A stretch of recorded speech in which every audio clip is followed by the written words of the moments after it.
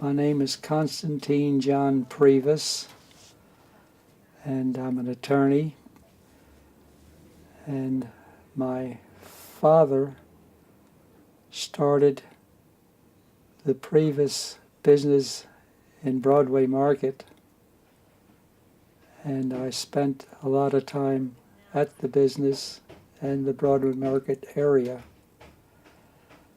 And they put me to work when I was 12 years old in the summertime, and I was able to handle all of the work. And from then on, 12 years old, I was always one time or another working in the market. And during all of that time, we were very, very busy.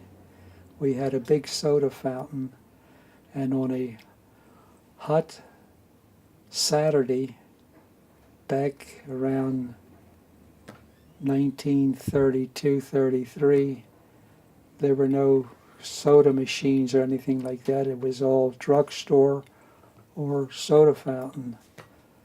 So I would work in the summertime from 5 in the morning to 4 in the afternoon, and Saturdays I would work from 5 in the morning to 11 o'clock at night. So it was always work, work, work at the business. Now, we went from milkshakes and hot dogs and hamburgers to Christmas time, the nuts and the cashews and all of that stuff. We had that stuff and we sold it.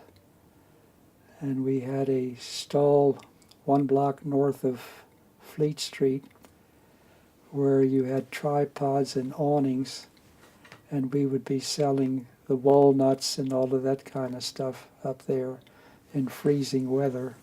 So it was hard work all the time.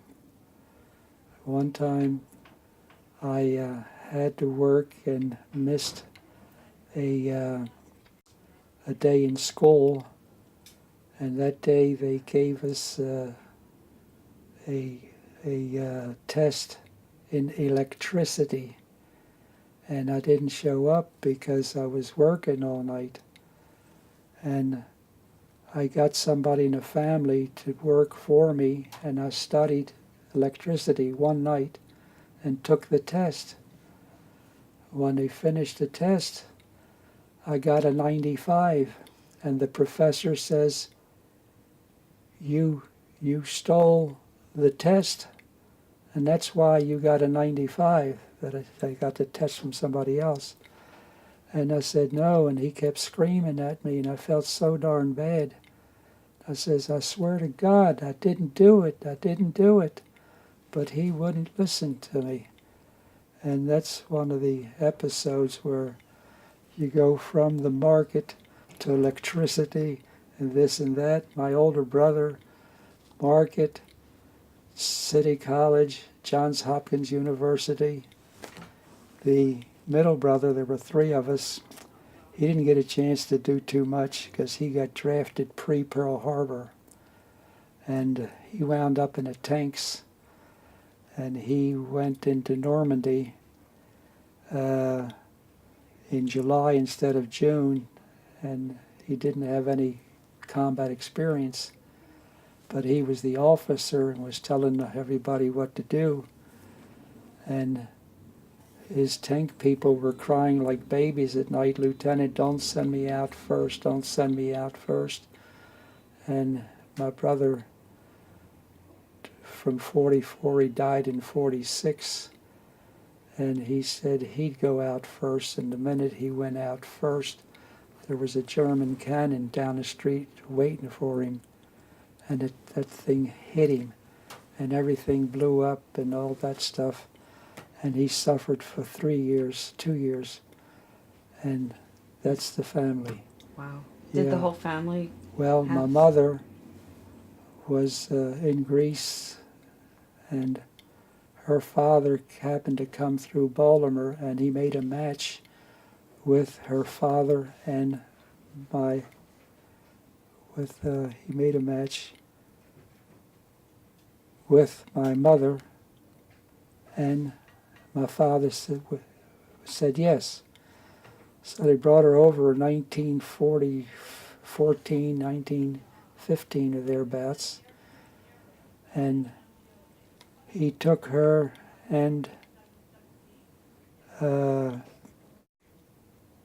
father to the big movie in downtown where they had all these sofas and these chandeliers in the lobby. And they went in the movies, and all of a sudden the lights went on, and my mother was running up the aisle screaming, take me home," in Greek. And her father's chasing her. "What's the matter? What's the matter?" "He put his hand on my thigh. I want to go home." She was 19 years old. These are the things that we lived for, like, and the rest of the time we've got Polish friends, Polish girlfriends, we've got everything, Jewish people up by Baltimore Street, and this is the experience. I can go on further if you want me to. Do you want to talk a little bit about Fells Point itself and what you know of it? Yes. And if you know of Yes. anything about the community and the issues that it's facing? Yeah. Well, Fells Point, I was more or less born in Fells Point. I was born in 228 South Patterson Park Avenue between Pratt and Gulf Street, and I could walk down to the market, which was Fells Point, ran from there down to the water, and most of my time was up at the Fleet Street area, but I would always go down and see people and all, and the market was Fleet to Alisane to something else, and then something else to the water. There were 1, 2, 3, possibly 4 things in the market, and the fish was sort of in a low place there, but there was a heavy thing of people who worked on the ships, loading, unloading, and on Saturday nights they would shoot crap on the pavement at midnight because that particular corner had a real bright light. And at 12 years old I was shooting crap with stevedores. So it's as though I was thrown to the dogs, but it wasn't that way. I was always able to control myself, and I wouldn't throw money away and all that stuff. And working in the soda fountain was something else that developed me, so to speak. And going back to Poly A course, there was a teacher in the 11th grade, and that A course means that you're the smartest ones there. And the teacher said, "You're all brainy children, but when you go out and you get hired, the people that hire you want brains, but they also want people who are outgoing. I want you all to try to be like Gus Prevas." And they all looked at me. But that was that story.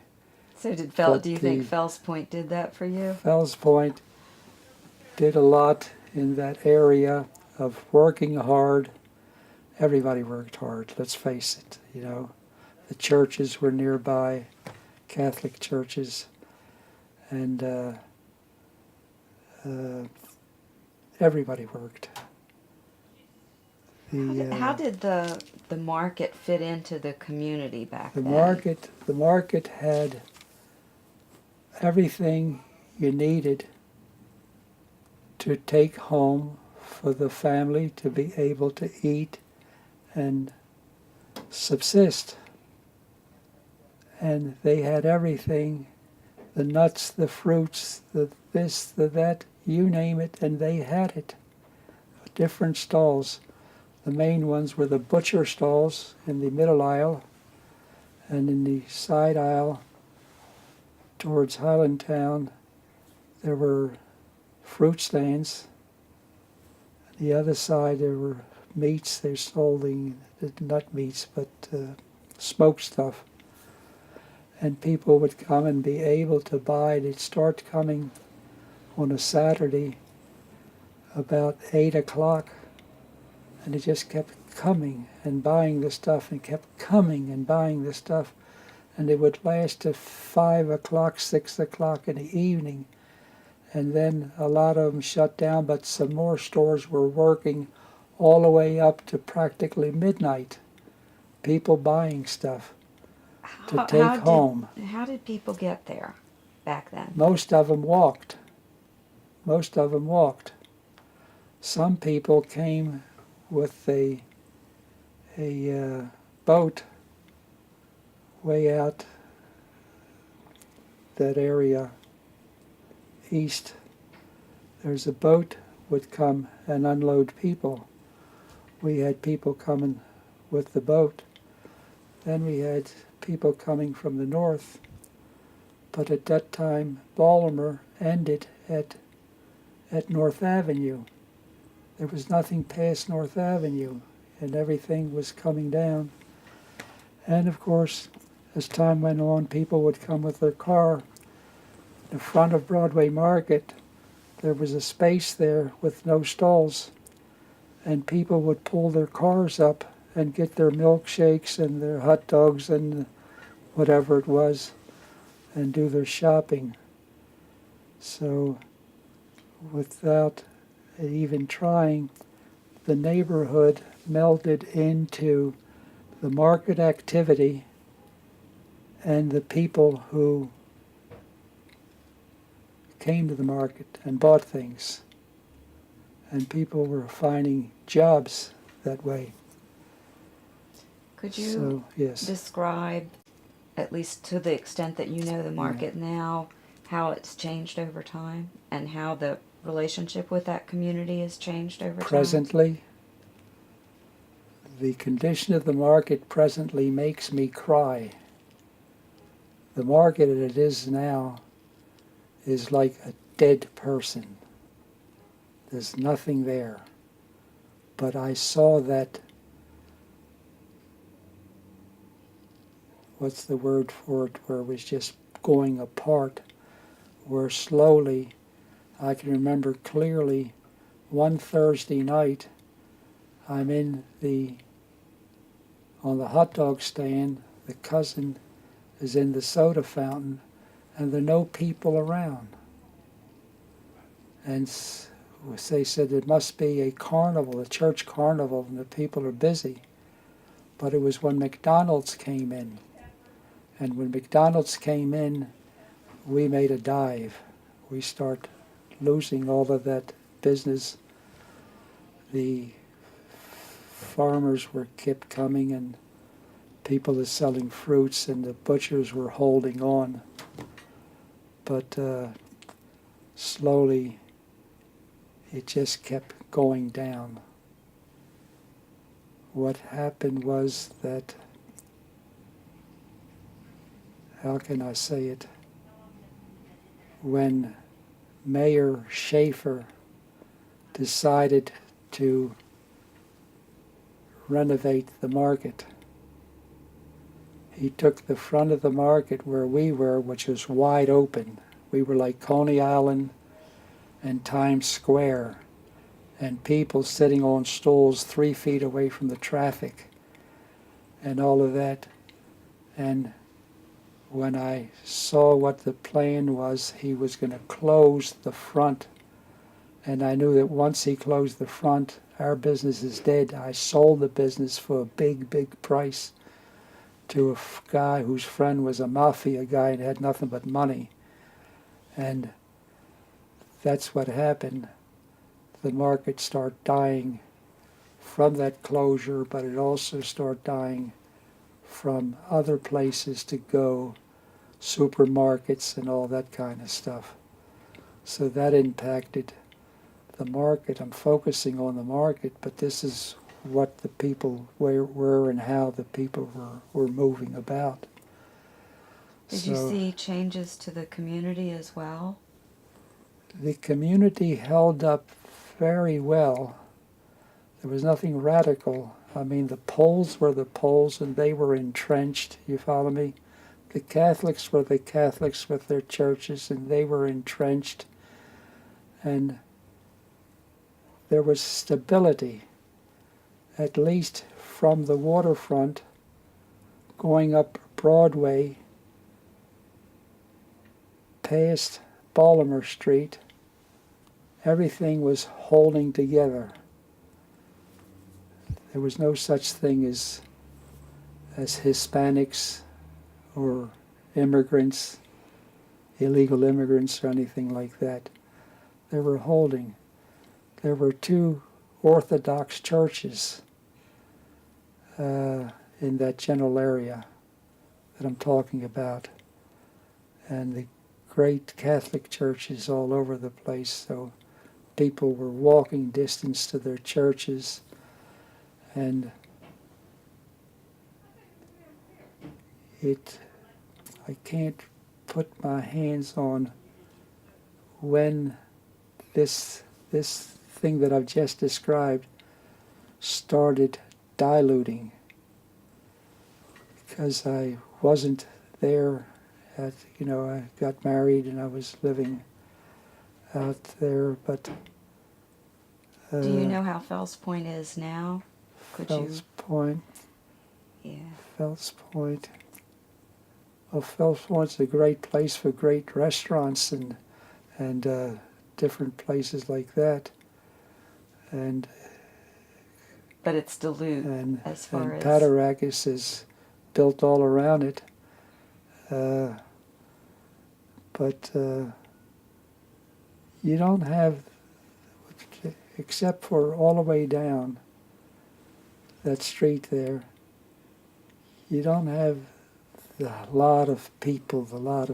You just don't have it up in front of the market, down the market, the end to end of where the market was. Other than that block there, where nowadays everybody is down there going to bars and all of that, and people who don't even live there, and people of good taste and wealthy people and all of that are being drawn down there. So it's changed a lot yes, from it's the old community. I haven't been exposed to the Hispanic thing. I was out of there just as the Hispanic thing was barely starting. And then now I hear from friends of mine, everything is Hispanic, everything's Hispanic. The Poles fairly well eventually got out of there. They had the churches and they were holding on. Where did they go? They'd go out to the suburbs or up north of North Avenue. Houses around City College or this or there. So, Fells Jackie, Point. do you want to get any more? Can you tell us what happened with what the market was like when it had that second story and what happened with the second story? Yes, I can tell you. The second story was there from the word... Look at Kim so for the camera. Yeah. The second story, as I got it, the whole market as a whole went up in 1865. Had nothing to do with the Civil War, but that's the way the market went up. So it was the first block from from Fells Point to Alisane, the market was too high. And What do you mean it was too high? 2 levels. Okay, And 2 in the stories first high. level, in the first level, they had a National Guard thing there, and they'd come and drill because the floor was a beautiful long floor on the second floor, and they'd march and stuff like that. And that thing slowly decayed for one reason or another. There were steps that went up to the second floor. They finally got rid of the steps. The second floor burned out at one particular time, and they've never put it up again.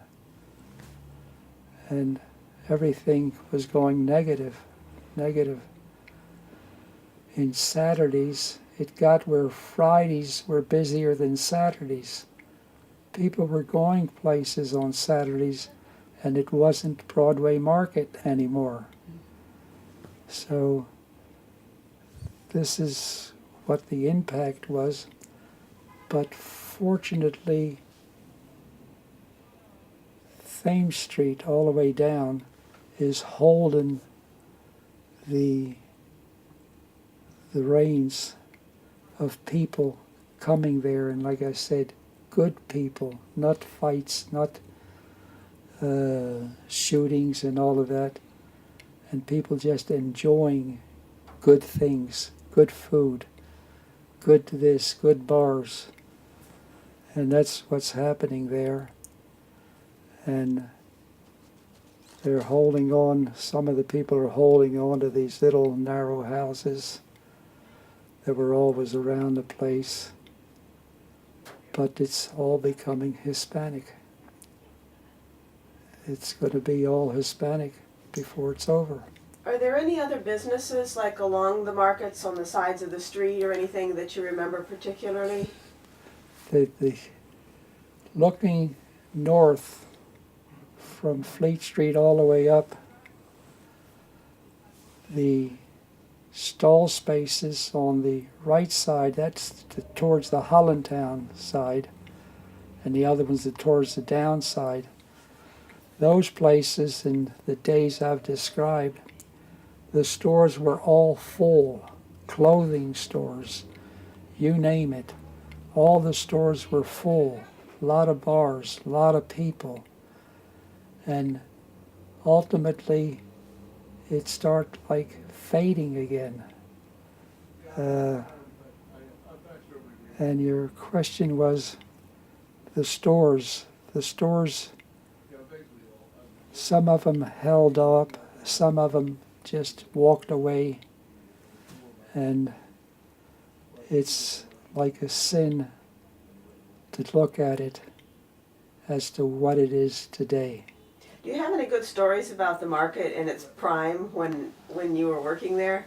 The market itself has its prime. Or just the area, just any The interesting area, stories. the area was nothing but people coming to shop, coming to go into a bar. People who worked on the waterfront doing their thing. There was this recreation pier that went out into the water all the way down. They're making a hotel out of it now. And at the top there, that was all flat, and people would run races around that thing. And a couple of them were brave enough to jump off from that high level into the water, young kids. So this is what Fells Point was. Everybody happy, everybody doing their thing, no crime or anything like that. The Greeks trickled in, and you start getting a lot of Greeks down that area. And Fells Point was a blessed area as the way things worked out. and worked. What did the Greeks bring to Fells Point? The Greeks brought to Fells Point restaurants. There were a couple good restaurants that were always busy on Broadway, the downtown side, about 2 stores down. That place was full all the time. I forget the name of it. They went out and started the diners, the people, when things were going. They went out and started the diners. But the Greeks were merchants.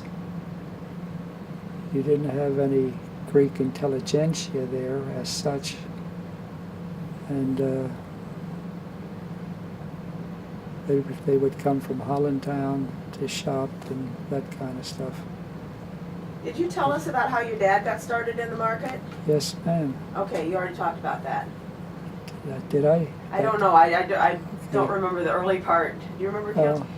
Let me touch it. Yeah, I don't know, because he told us once before we were rolling, too. Yeah, I don't remember whether you said it for the camera. Well, anyhow, what happened was there came a point in the late 1800s, early 19,000, where a ocean-going ship would come as far as Italy, and after Italy it would come to Greece.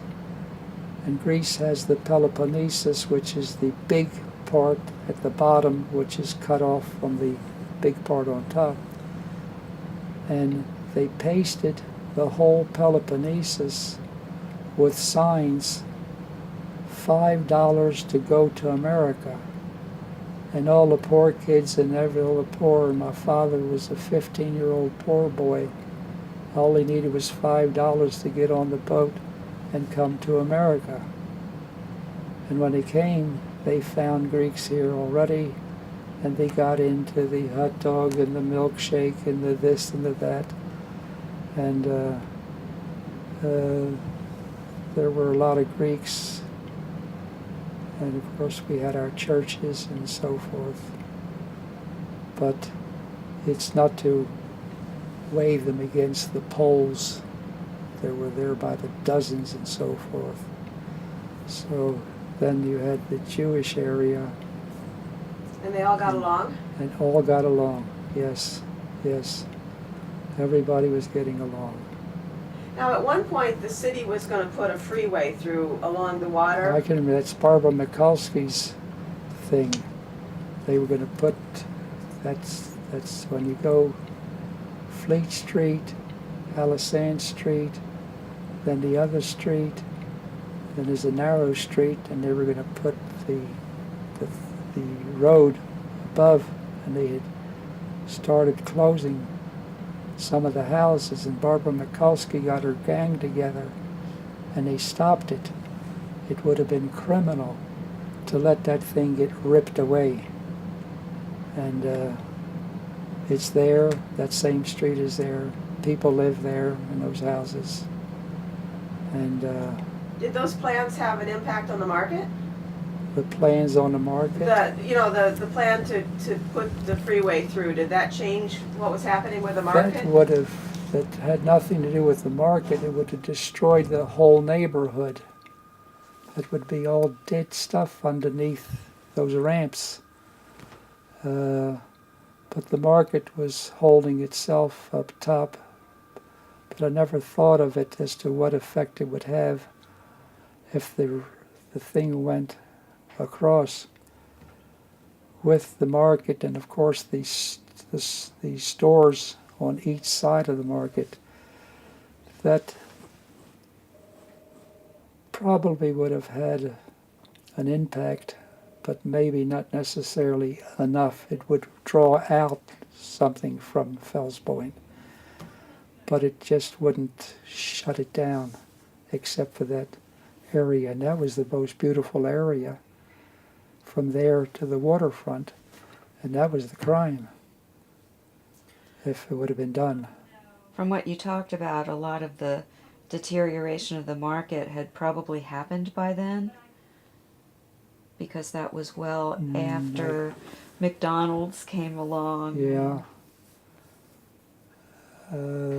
No, things were still going good then. They were still okay when they tried to do that stuff. But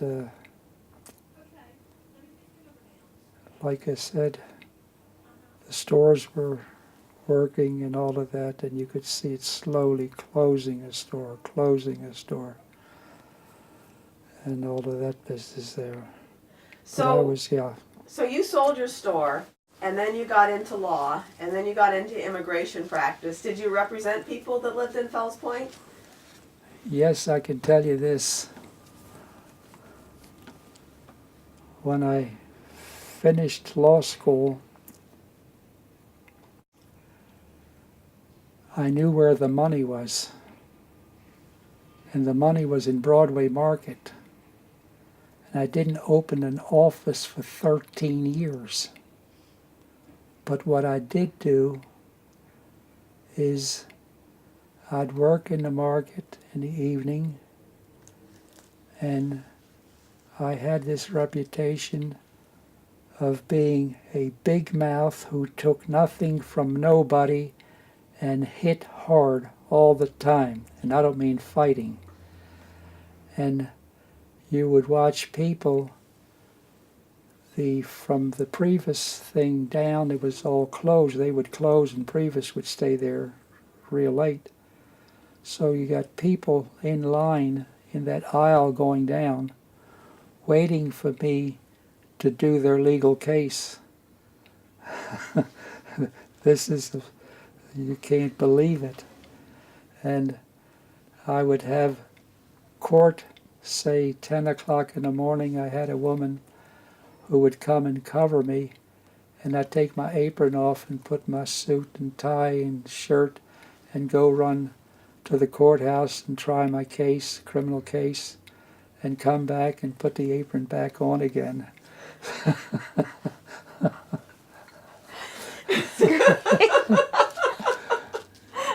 Now, one time a police sergeant comes to me, and there's a payphone right across like this distance.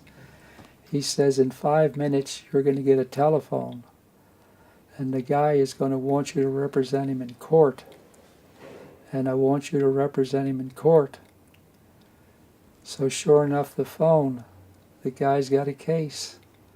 I take his case, I change clothes, and I take his case and win the case, because there were two Irishmen, the judge and the guy that I was representing, and the judge said he's got 6 children. I can't put him in jail for what would happen to the children, and he sort of like tapped him on a wrist, and that was that. And how much of your caseload was due to your job down at Broadway Market? A lot. And how did you transition from that to where you are now? Well, when it started falling apart, it wasn't there. I got involved with a lot of things, and I had to give full time there, and when I left it to my sons and a couple other people, it just kept going down. Plus the area was going down. The people weren't there anymore. And it was just washed itself away. It was sad. But I was lucky to be able to sell it, as I told you, because nobody made any money. The guy that's there now, he's Hispanic, and maybe he's making $1 or so, but nothing like the kind of money we're talking about. They were great days. Polish hot dogs, hamburgers. We had a hamburger which was half bread, half meat, and we'd grill it and then put it in a pan with a long pan with fire under it, and we'd boil paprika and onions and put that on top of the hamburgers, and people would say, "Give me more, give me more." That's how that worked out. Now you mentioned Paterakis. Yes, I did. How did you know him, and what was his role in the neighborhood? He wasn't in the neighborhood, he was in Hollandtown. What was happening was the Greek woman in Hollandtown would come and find my mother when summer was coming, when school was ending. And they'd beg her to put the children to work so they wouldn't be hanging around in the corners in Hollandtown. And you don't have to pay them and stuff like that. You follow me? So one of the kids working for me was a cousin of Paterakis. We're talking about 16, 17, 8 years old. So that cousin was a good worker, and he's telling Paterakis, hasn't come to Broadway at all, on how Gus Prevas has got everything rolling and pushing and all of that, and these people, the winos and all, he like gives them $1 if he'll let him hit him in the face with a chocolate cake. And Paterakis says to this guy, "Tell him I want to see him." And he comes down with a chocolate cake. He says, "I want to see that." So I says, "Yeah, Walter," the guy's name. "Walter, come over here. I'm going to mush you. Here's your $1, mush." He says, "I like that." He started coming to Broadway.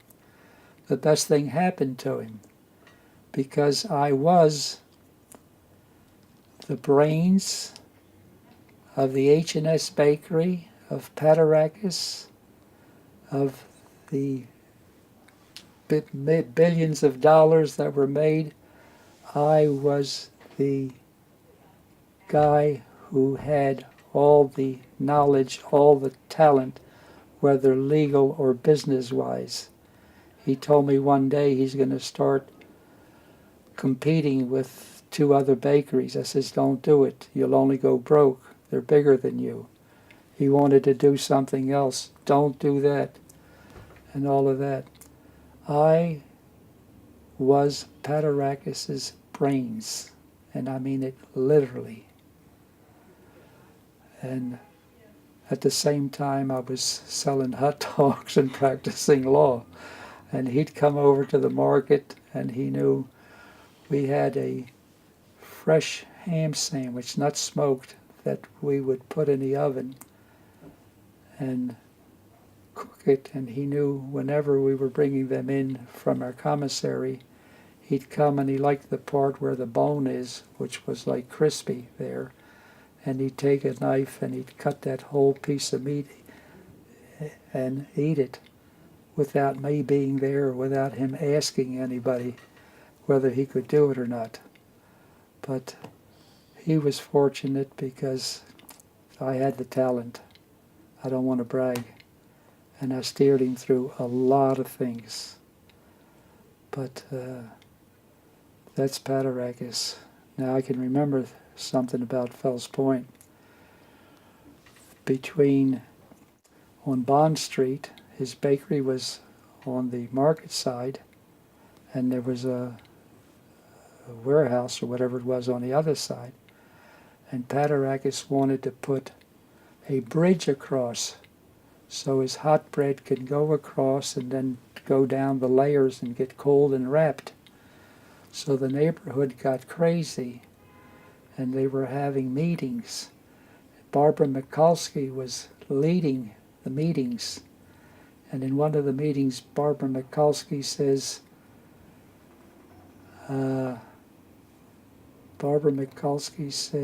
that the bridge should not go over Bond Street, and I'm speaking as a resident of Fells Point.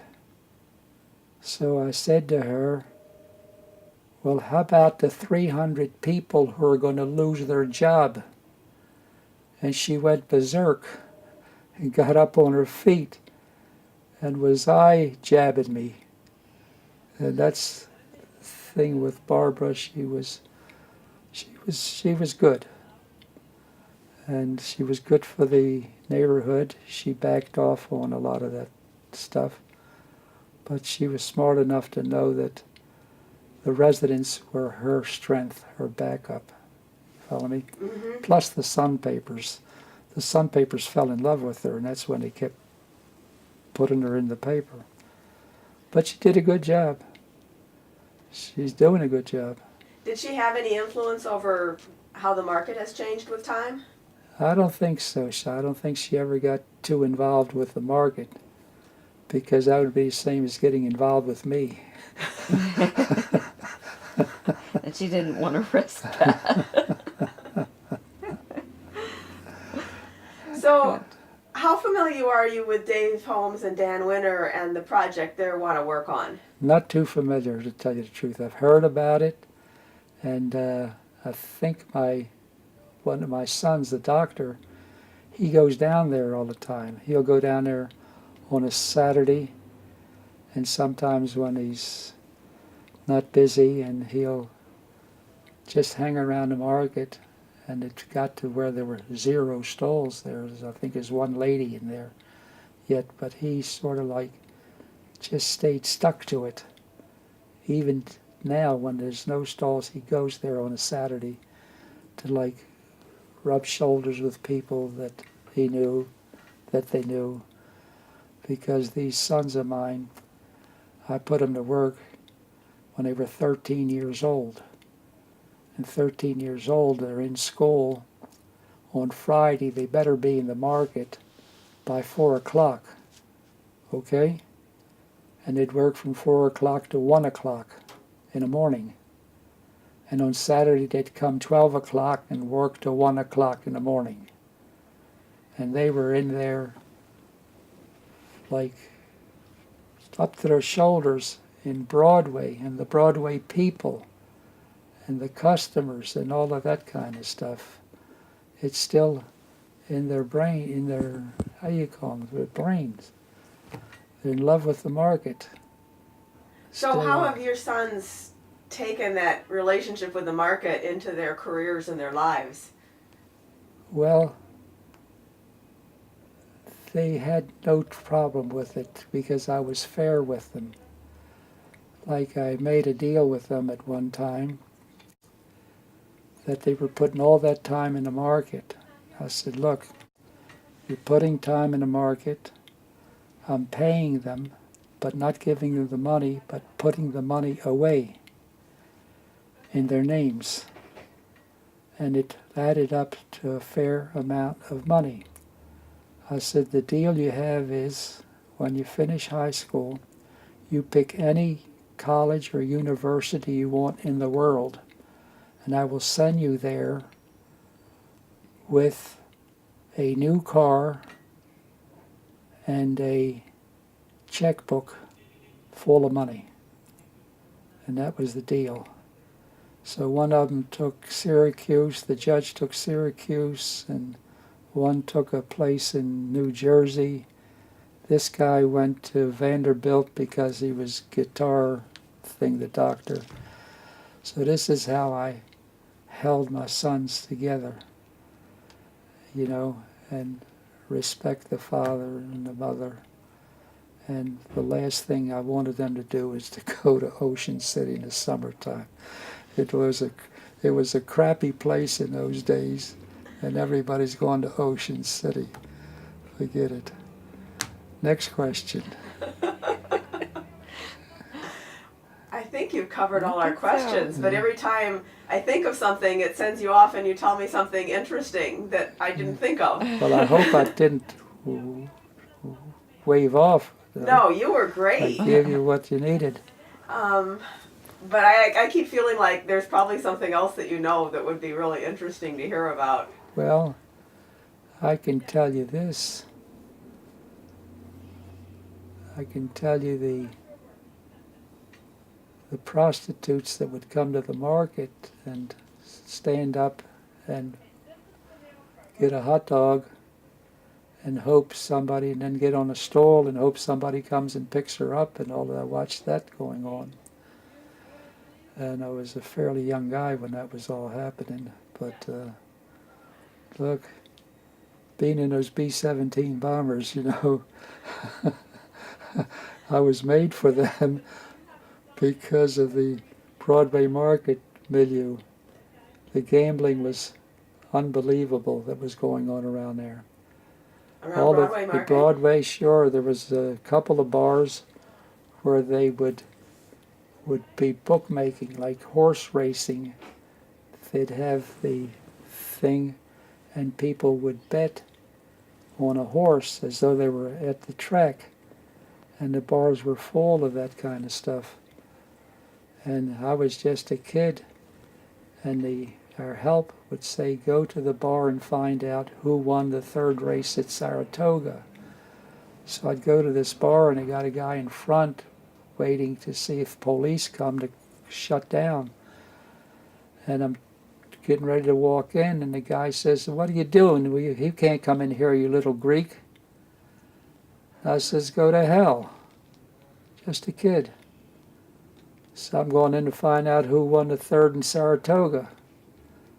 Went in there, and came back and told the guy that was working for us in the soda fountain, so-and-so won the thing in Saratoga. This was going on all the time. I mean, they made an old man of me before I even became a child, is what really happened down there. See, I live in Fells Point right now. That's one of the reasons I like working on this. Sure. And I remember I was up, there was a Polish Home Club, I think, and I was talking to a lady that was standing out in front of it. Yeah. And she said that all the nice people would never go down there because you could get killed or whatever. Yeah, that's for sure. My oldest brother, Hopkins, okay, a real brain. He did a lot of this Broadway Market stuff. You follow me? He would take the debutantes down to Fells Point, down to the last, what's the street down there, all the way down? Thames Street? Thames, yeah. And everything was black and dark. There were just a couple bars open, and they called that, there was a word for it, where the intelligentsia had a word for going to low-class places and all of that. So he knew all the places, he knew how to get into the bars and all of that. And he had all the debutantes like following him down and going to this bar and that bar. And that's what happened with that part of Fells Point. Now the Greek restaurant you were talking about, was that the Acropolis? Where is the Acropolis there now? It's not there anymore. I think there was something at like maybe Fleet and Broadway. Fleet and Broadway. Right now, it was... There was one on Fleet Street just off of Broadway towards downtown. Okay. That was a small place there. There was one that had belly dancers at one point. Oh my. I'd left Fells Point by then. Oh. Belly dancers. Too bad, huh? Well, that's the Greek belly dancers, right. The Greek music. Oh yeah, that's the Acropolis. That's the Acropolis, yeah. Yeah, I know the people. And the people that had it used to rent from a house that we had. Our commissary was on the first floor, and there were rooms up there. And that family lived up there. And eventually they bought they didn't buy, they married into the guy that had the Acropolis restaurant, which later was a Greek belly thing there. And that's the one. Now the Greek thing just fell apart. What happened was who was the Greek actress that played in a role? And they had a Jewish guy in the group dancing the Greek dancing. and all the Jews from here to Timbuktu went into these bouzouki places. That's the bouzouki thing there. And overnight there were nightclubs with Greek music, Greek dancing, and drinking. And this is what you had down on Fells Point, a couple of bouzouki places. The bouzouki is the one that's got that thing like a, how you call them. So Fells Point was graced with that type of, how you call them. And now, what was the major industry down there when you had your store? Was the canneries still operational? the canneries were down on Boston Street. Yes, they were. I can tell you. The train goes from that Lincoln thing all the way to Boston Street.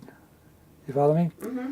What they were carrying was the materials to make cans on one side of Boston Street, and then they would send the finished cans on the water side of Boston Street, and you'd see in like 11 o'clock horns all over East Baltimore.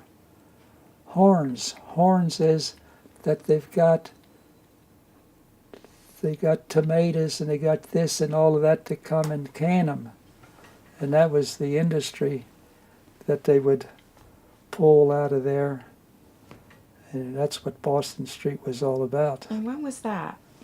Oh, that was forever and ever until, way back it goes, until they just closed those canneries because there were other canneries that were bigger and better, like they could get cans from St. Louis cheaper than they could get them here and that kind of stuff. Big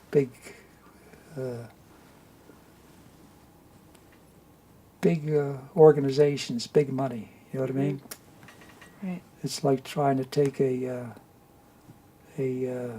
beer place and put it in Fells Point where they can put it where their place is and it's not too far away anymore. They were able to make it travel.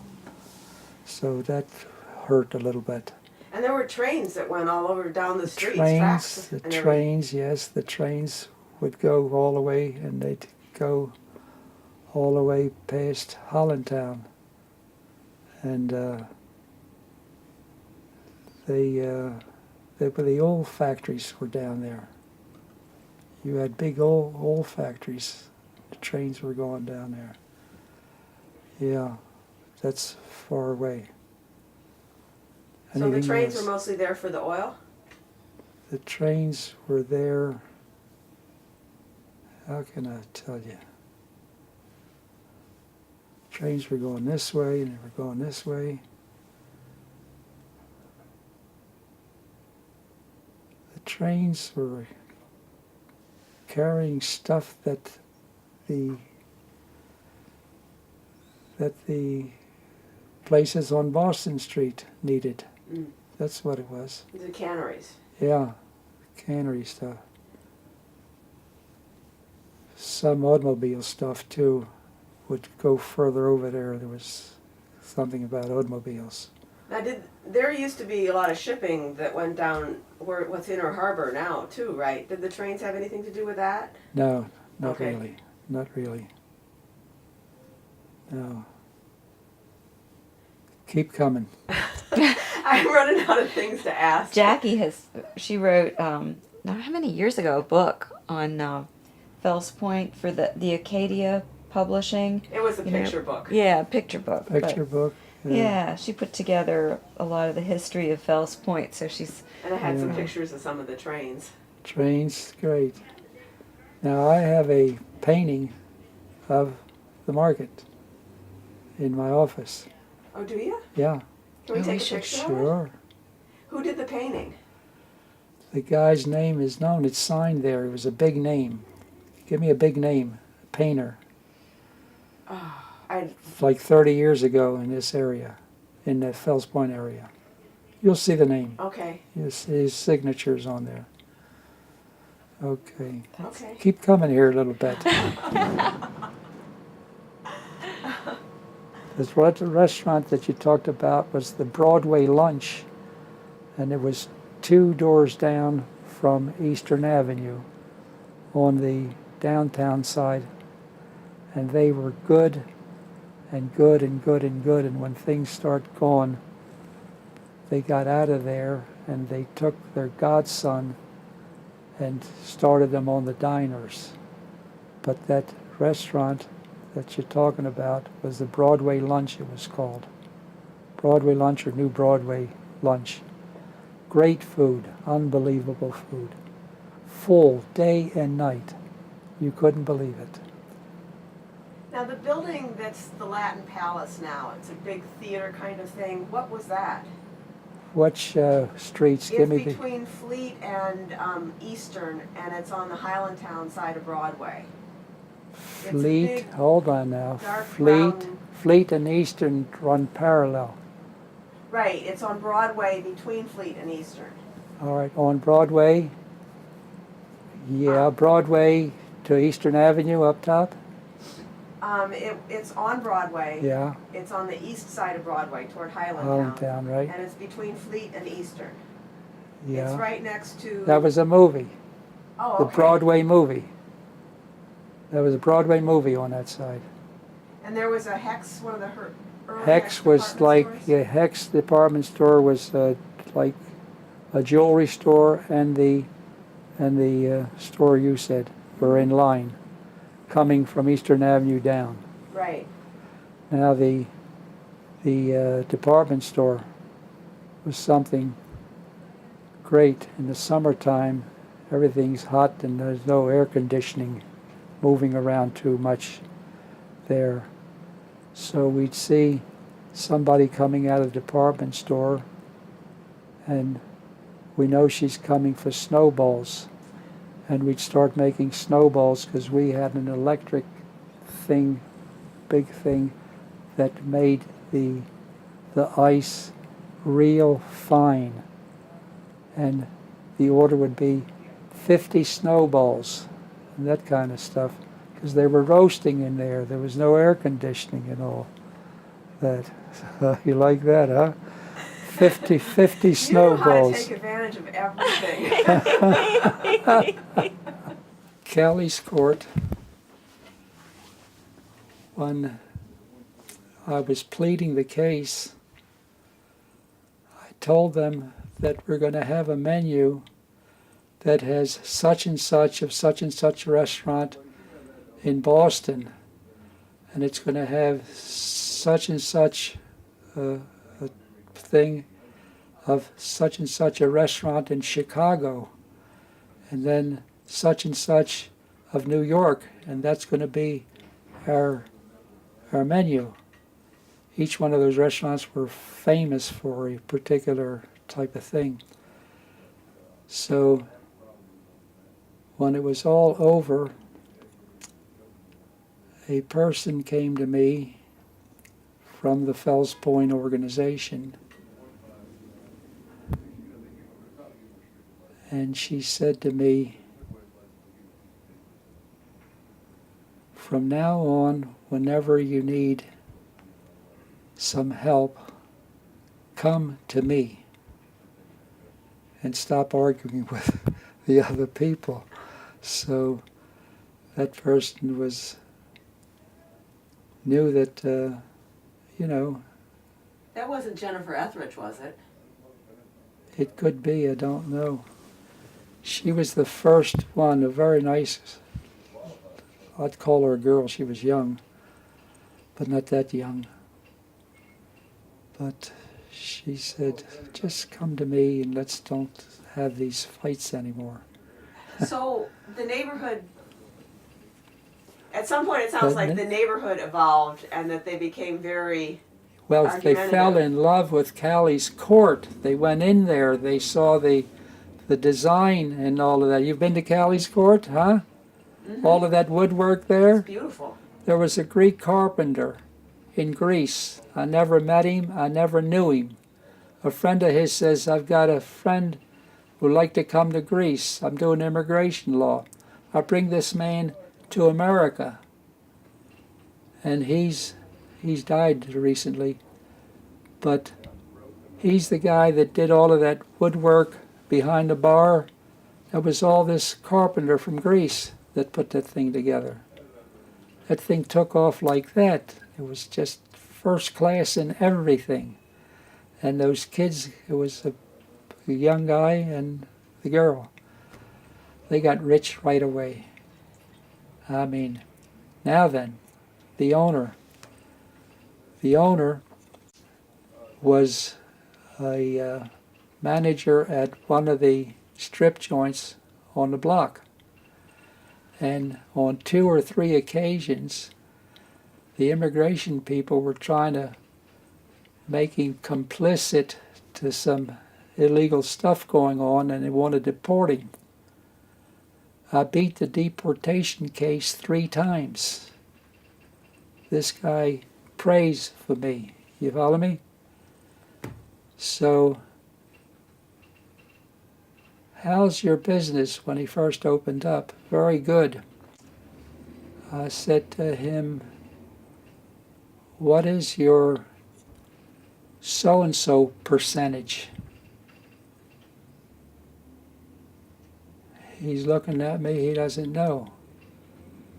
Now, the way you keep track of your profits is your employment percentage is so much, your such and such percentage is so much, and you see where you're being robbed, because let's assume it's this type of thing and the percentage should be 20%, and you don't have 20%, it's less than 20%.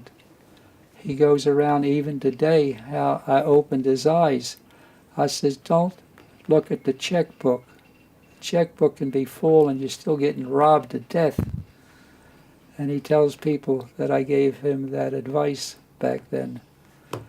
And anytime I walked in and there was freebie, I'd take people down, it's freebie, but I cut it out because I'm not like some people that are hogs and all that kind of stuff. But when the husband and wife see me, they grab me and hug me and all of that kind of stuff. Now, I've reached a point where I don't get around too well. I've got a lot of back trouble that I've had since 1960. And when I go home, the first thing I got to do is to get comfortable with clothes and to lay flat in bed is the only relief I get there. And doctor showed me a thing that if you find that one of your symptoms is having to lay flat in bed, you have such and such, and I've got such and such. So anyhow, that's what it's all about. Yeah. Were you involved with the Black Olive at all? Which one was the Black Olive? Was Black that on Bond Street? Yeah, that's on Bond Street. No, it wasn't. They were up north a little bit. I think that guy went broke. Well, he was trying to build a hotel on Caroline, and it seemed like he was having a lot of problems building that. And then, but the Black Olive is still there. It's like a real nice restaurant. Yeah, he was up there, but he didn't names. get along too well with a lot of people, though. He had an attitude. That's my thing. I don't know. Other people are in love with him, but bit jealous. That's what his problem was. Anything else in Fells Point that you can tell us about any of your clients that were I gave you well-known? the Saturday night crap game, didn't I? Yeah, you did. No, I'm thinking about other clients you might have represented over time. Other clients. Or any stories about the homeowners and some of the stuff they pulled. I stayed away from that thing, with the homeowners.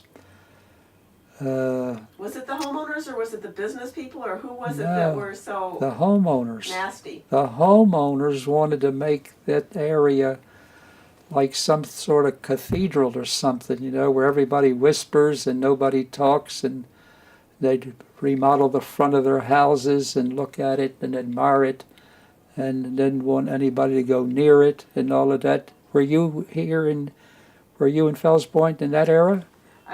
Well, yeah, some of that. You were one of them. Okay. No, actually, I wasn't. No. I mean, it was sickening how aggressive these people were. No, my husband is a musician, and so they always made me angry because they would try to keep music out of the bars. Yeah. So you were an enemy then. But there was one family that was the strongest in fighting for the homeowners. And what happened was eventually the son of that guy married a Greek girl. And they're doing very well, and he's doing very well. And the Greek girl's family had a bar on Ann Street coming down, and what's the waterfront? Thames. On that John corner. Stevens? Was that On John that corner. Stevens? Yeah, something like that. Is that Might what have that changed is? the name. There was that big corner where the crap games were. That's. Well, there's John Stevens on one side, and then it used to be a bed and breakfast, and now they redid it.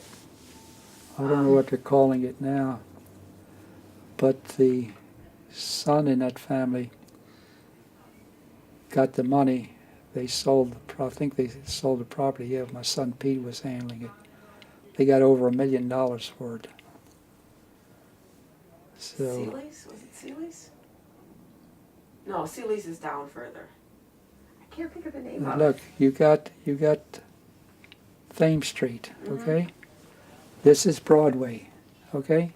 You go over, this is Ann Street. Right. The bar on that corner. Which corner, east or west? Going towards Hollandtown. That's John Stevens. Or whatever you're calling it. It is not, that's what it is That now. was there. That family came from Ohio, and they bought in half with the Greek there in the bar. And the Greek was robbing them, and they got rid of the Greek, and the family had the bar. So the father and mother were born in Greece, the kids were born here.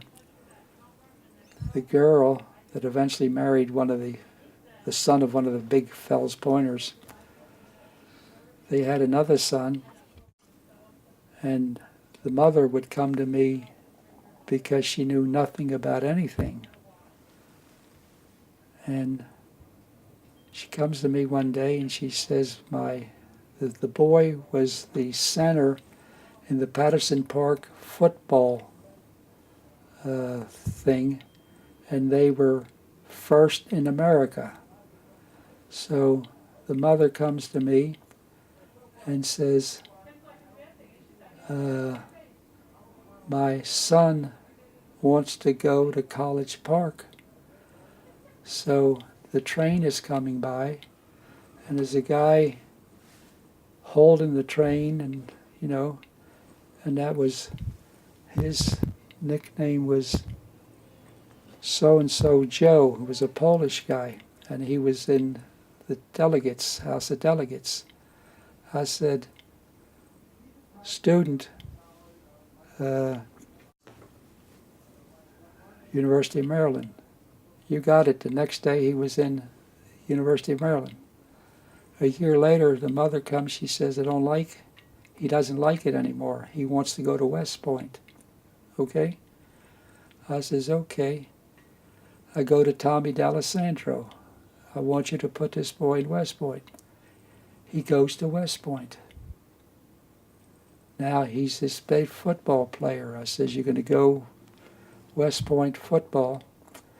They've picked all of their people from scouting. The only chance you got, find out when they first practice who their star is and whack him, even if you have to kill him.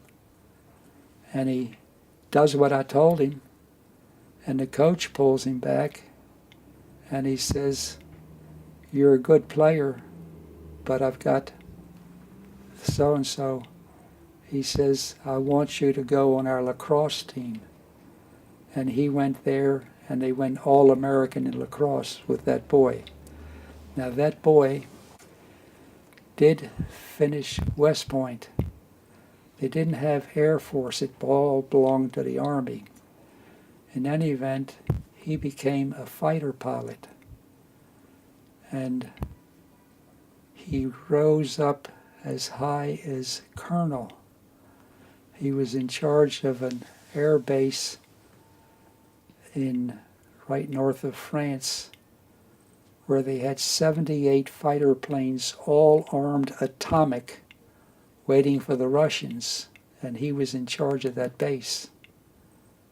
So when he came back, he missed general and decided to get a pension.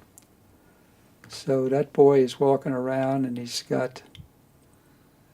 I got him some other work and all of that. He's got about 4 pensions he gets. Doing all right. Ben Glyphis, the last name of that family was Glyphis. And his name was Ben. Good boy, quiet boy. Same the little girl. The little girl would walk from Bond Street to the library and look straight ahead when all the guys behind the fountain, hey, girl, and all that, just keep on going, keep on going. So in one of the weddings, I toasted the newlyweds, my own toast. The Greek toast, traditionally, is 5 words. Vion anthos patron ke kalous apogonus. You should have a life full of flower and good progeny. I took it and reworked it. And the way my thing, and I've done it, when this Glyphis family had a thing, they had admirals and this and this and that all there at that wedding. And when I gave this toast that I'm going to tell you now, you follow me? They wound up standing on tables and applauding for an hour on this toast. You're going to hear it, right? May your life together and its path down which you begin your marital journey this day be bedecked with flowers whose beauty and fragrances will ever nurture your happiness and good fortune. And may your progeny, your children, your children's children, be good and exceptional people. And may you always be with, who's the star, the thing that is running to the sun? Oh, the god of... Not a god, I think it's a woman. Oh. Thing going toward the sun. Well, anyhow, may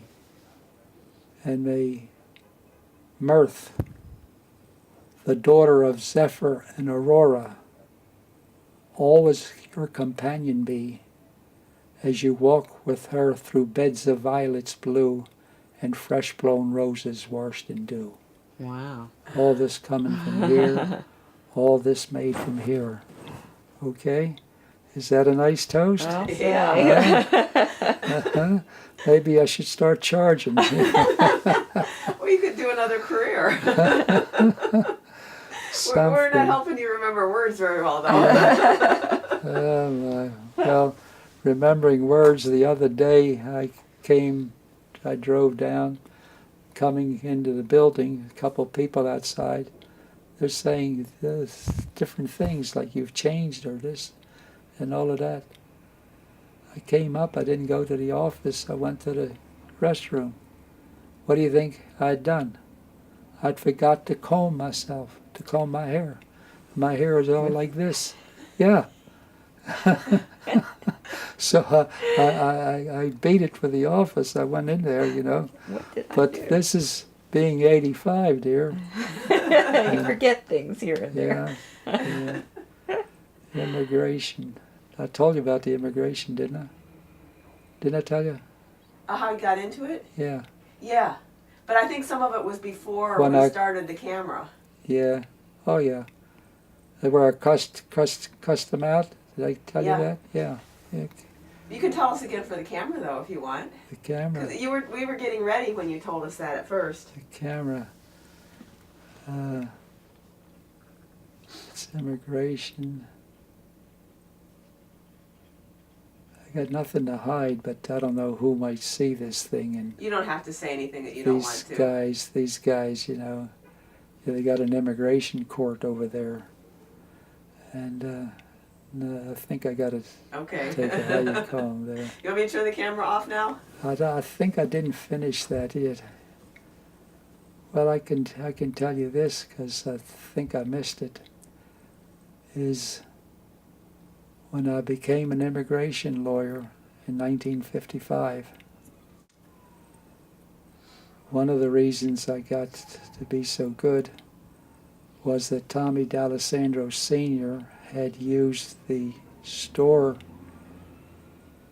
right across the street from the market as a second office, and they had the federal something that's a book that comes out every day and has every register every day, and you read everything that was said in the houses. So the book was there, and I would just leaf over to immigration and see what they said about immigration. So I'm heads up.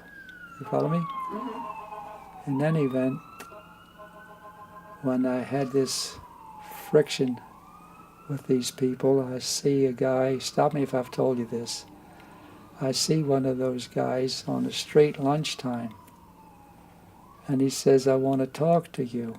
I says, look, I told you guys I want no part of any of you. I've finished with you, even though it's so many years. He says, no, what I want to tell you is that in 1962, the district director, that's the highest guy at immigration, called a meeting of all of the big people, and the meeting was about you. I says, I don't want to hear it. He says, the district director told us that from now on, whenever Prevas comes here and asks for anything halfway reasonable, give it to him because I'm tired of getting beat in U.S. District Court. How do you like that one? I'm No something. wonder you got your reputation. I'm something, aren't I? Like one of the judges comes brand new in the immigration court, and they give him a secretary, not full time, so the judge doesn't know anybody around here and all of that. So he goes to the secretary and she says, who is the lawyer in Baltimore? Meaning a lawyer that knows immigration law. And she says, Prevas. She knew me, I knew her brothers and all of that. I'm reciting what she told me. So 3 months later, the judge goes back to the secretary and he says to her, you were right, it is Prevas. You like that too, huh? You know, I don't make these things up. I believe you. No, I don't have to. I don't have to. Yep, there's still people over there, higher ups, like walking like this, and there's still people that turn their face.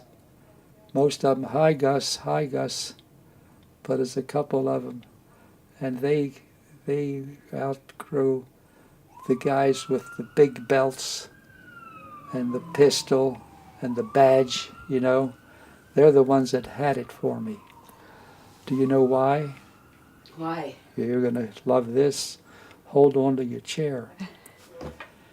When Agnew ran for vice president, most of us were Democrats, but with Paterakis and a couple people decided we're Greeks and we're going to give him the push. So sure enough, we raised a fair amount of money, over $500,000 for Agnew. Agnew's in-between guy with the guys that were raising the money. You follow me? He comes to me and he says, all this time has passed and you haven't asked for any favor. We want to do something. The vice president wants to do something for you. The vice president was a classmate of my brother at Hopkins. My brother was in what was it I told you? He was in something or other. Agnew dropped out. So there was a guy in immigration who always kept complaining to me that the guy that does the same work in Philadelphia and the same work in Washington gets paid twice as much that I'm getting paid, and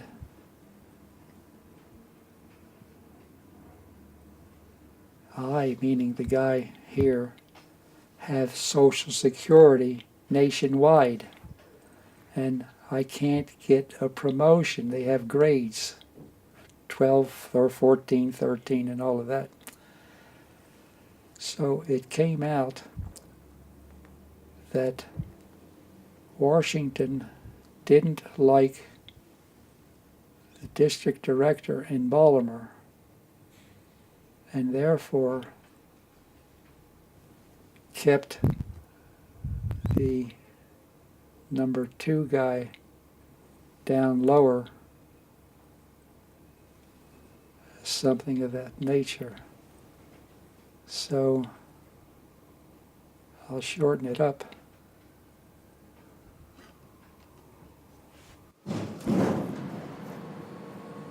When they find out that the request is from the vice president, a limousine comes to Baltimore, and they looked me up and they said, we want you to come to Washington for you to tell us exactly what it is that you want. Before we got to that stage, we went back and forth, and the guy that I was helping says, let's forget about it. I says, no, see, you're not a Greek, I'm a Greek. You're ready to quit and I haven't started to fight. I give him that line. So we go there and we go to the, what's the place with the balcony up there in Washington? Come on now. Not Justice Department. The head of the criminal stuff. So they asked me, what is it you want and all of that kind of stuff. So the next thing you know, this guy at immigration, they had like 15, 14, 13, you know how they do it in the federal thing. Okay. They took this guy and broke the channel that you look and brought this guy up second. And I go to the guys with the belts and I'm bragging. They went crazy that I'm trying to capture the immigration system. And they went for years and years to try to find something that they could hit me with, like illegalities and all this kind of stuff. But they never did because of the way I was born. When my first son became a prosecutor. I says, whatever you do, don't do anything funny. Somebody's going to come after you. And sure enough, a short, roly-poly Jewish friend of mine comes by and he says, I just fixed so-and-so and I got so-and-so approved. I said to my son, you see what you're going to run into? So, in any event, I'd get a phone call in Greek. You're in trouble now. You're going to have some trouble. Bing. You know what they were trying to do? If I'm guilty of something, I'm going to call up somebody. I never called anybody up. They try to push me into this or that.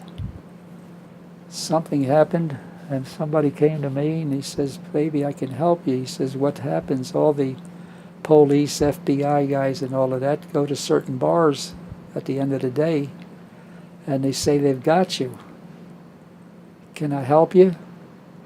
I says, yeah, you can help me. Go back and tell them all to go F themselves.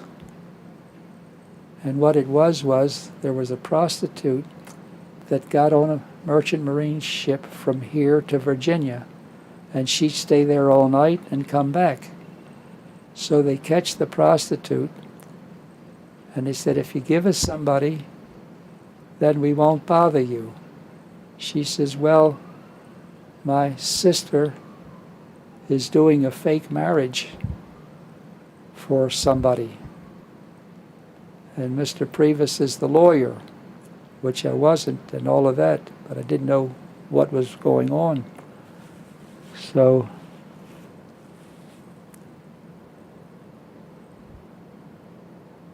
now they take me, did they take me to court?